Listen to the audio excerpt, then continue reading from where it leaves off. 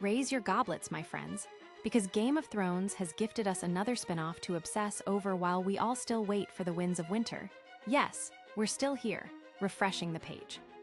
HBO's A Knight of the Seven Kingdoms, adapted from the Hedge Knight novella, introduces us to Dunk the Tall, a hulking, awkward young man who trips over his own shadow more often than not. Today, we're dissecting the episode's lore, hidden details, and the connections that weave it into the tapestry of House of the Dragon and Game of Thrones. And don't worry, no spoilers beyond this episode, so if you haven't read the book or, let's be real, just haven't had the time, you're safe here. Just like its predecessors, A Knight of the Seven Kingdoms opens with death, the lifeless body of Sir Arland, a hedge knight from Pennytree, a Riverlands village known for its oak tree studded with copper pennies. Pennytree has been a hotly contested prize in the feud between House Bracken and House Blackwood, a conflict we caught a glimpse of in House of the Dragon's opening scene, the Burning Mill. Here, we meet Dunk, Sir Arland's squire, a gangly teenager from Flea Bottom, King's Landing's most wretched slum. If you've seen the child-fighting pits King Aegon used to frequent, you know how brutal life there is. Dunk has been squiring for Sir Arland since he was 5, living the life of a hedge knight, always on the move, always chasing the next coin, whether it's protecting merchants, entering tournaments, or selling his sword to the highest bidder. Now, with Sir Arland dead, Dunk faces a crossroads. Find a new master or try to carve out his own path as a hedge knight. But Westeros isn't exactly peaceful. 13 years have passed since the first Blackfyre Rebellion, where King Daeron II Targaryen crushed his half-brother Daemon Blackfyre's uprising. The rebellion's over, but the bitterness lingers like a bad hangover. A Knight of the Seven Kingdoms takes place roughly 78 years after the Dance of the Dragons in House of the Dragon and about a century before Game of Thrones. The current king, Daeron II, is the great-grandson of Rhaenyra Targaryen and the great-great-grandfather of Daenerys Targaryen. With Sir Arland's death, Dunk inherits his sword, armor, and 3 horses: Thunder, Chestnut, and Sweetfoot. Thunder, his battle mount, is going to be crucial in the tournaments ahead. Dunk sets his sights on Ashford Meadow in the Reach, where a tournament is being held to celebrate the 13th name day of Lord Ashford's daughter, the Fair Maid of Ashford.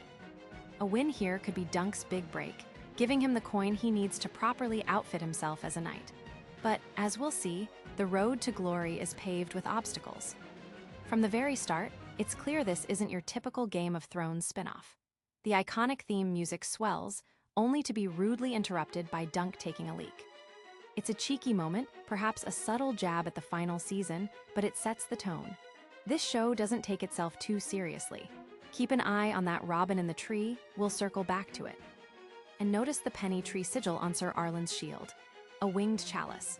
Our next stop is a nearly empty in a day's ride from Ashford Meadow. Here, Dunk meets Egg, an orphan stable boy with a shaved head nicknamed Egg because, well, he looks like one. In the book, Egg explains, the Meisters shaved it off, a common treatment for lice or sickness.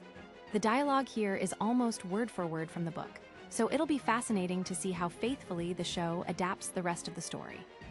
The inn is deserted. Everyone's already at the meadow, except for one drunk lordling who ominously mutters about dreams, and who in Game of Thrones is known for prophetic visions. He drops a coin bearing the Targaryen sigil, and the innkeeper delivers a line that cuts deep. Knights are built the same as other men, and I never knew a joust to change the price of ale. It's a stark reminder of the divide between the nobility and the small folk. Tournaments are just spectacle for the rich, draining their coffers while the poor stay poor. Dunk discovers Egg isn't the innkeeper's boy. When he catches Egg riding his horse and wearing his armor, the kid asks to be Dunk's squire. Every knight needs one, he says. Dunk refuses, tossing him a coin, this one stamped with the 7-pointed star of the Faith of the Seven. I promise you, you're better off not squiring for the likes of me, Dunk warns. The next day, Dunk arrives at Ashford Meadow, where the jousting lanes are being set up, adorned with House Ashford's insignia. Notice the Dendarian pavilion, it'll matter soon. Dunk's reality hits hard when the Master of Games tells him he needs proof he's a real knight. Dunk claims Sir Arland knighted him, but there are 2 red flags. A flashback where young Dunk asks if he'll ever be a knight, and Sir Arland doesn't even answer. Then there's Dunk's admission that only a robin in a thorn tree witnessed his knighthood. We saw that robin, but only after Sir Arland was dead. So, if Dunk wants to compete, he needs another knight to vouch for him. Enter House Dondarrion. Its current lord, Sir Manfred, fought alongside Sir Arland in Dorne, hunting outlaws led by the Vulture King. If Dunk can get Manfred to vouch for him, he's in. Manfred is an ancestor of Beric Dondarrion from Game of Thrones, but even if Dunk gets in, the stakes are sky-high. He's up against the Bestrained knights in Westeros, men with superior armor, horses, and skills. Losing means forfeiting everything: arms, armor, and his horse. His dream of knighthood could shatter in an instant. On his way to the Dondarrion Pavilion, Dunk passes the insignias of House Beesbury and House Baratheon. We'll get to Baratheon soon. First, he runs into two knights under House Dondarrion who mock him for being a hedge knight, a term for knights so lowly they sleep in hedges. But Sir Arland always told Dunk that hedge knights were the truest kind, loyal not out of obligation, but conviction. Dunk's convictions are put to the test when he stumbles upon Raymond Fossaway getting beaten by his cousin, Sir Steffan, a real piece of work. Raymond begs Dunk to intervene, but Dunk walks away. So much for knightly valor. Dunk's uncertainty is what makes him relatable. He's not the cocky warrior you'd expect from a man his size. When the knights tease him for being a green knight, he mutters, "Maybe I'll be different, not I will be different." He even talks to his horse, saying, "Maybe I'll win the tournament instead of I will." It's this hesitation, this vulnerability, that makes him endearing. Inside the Dondarrion Pavilion, Dunk finds two women preparing a third as if she's dead, with funeral stones over her eyes, just like we saw with Jon Arryn in Game of Thrones pilot. This scene isn't in the book, and it hints that Manfred Dondarrion might have unusual tastes. The women point out that Dunk is just like them, trading skills for coin. Instead of selling their bodies, he sells his sword. Dunk spends the evening soaking in the tournament's festivities. He watches a play about Serwyn of the Mirror Shield, a legendary knight who tricked a dragon into staring at its own reflection before killing it. These myths add to the allure of knighthood, but something else catches Dunk's eye: a storyteller. The way they exchange glances suggests we haven't seen the last of her. On his way to the Baratheon Pavilion, Dunk runs into Raymond Fossaway again, who warns him that his cousin likes to break men in the training yard. Raymond asks Dunk who he wants to face in the tournament. Most knights would have a target for glory, fame, or revenge. But Dunk, it makes no difference. "I just want to prove myself." Will he get the chance? The Baratheon Pavilion is where Lionel Baratheon, the Laughing Storm, holds court. Heir to Storm's End, Lionel is known for his boisterous laughter in battle. His son, Ormond Baratheon, would later marry Princess Rhaelle Targaryen, tying House Baratheon's bloodline to the Targaryens, and eventually leading to Robert Baratheon's claim to the throne in Game of Thrones. Lionel wears a stag crown, the symbol of his house, and regales Dunk with the story of the first joust on these lands over 4,000 years ago. "It couldn't have been man who devised such a joy," he says, "a man who lives for battle." He even offers 100 gold dragons to the man who sticks me best. Dunk's just there for the food and drink, but his height makes him stand out. Lionel questions him. Who is he? Why is he slouching? Lionel's philosophy: be unapologetically yourself. The seven above gave you tallness, so be tall. Dunk's ignorance of noble customs actually endears him to Lionel. While the other knights dance carefully around the Lord, Dunk stomps on his feet without a second thought. By the end of the night, they're drunk, laughing, and practically best friends. Dunk even tries on Lionel's crown.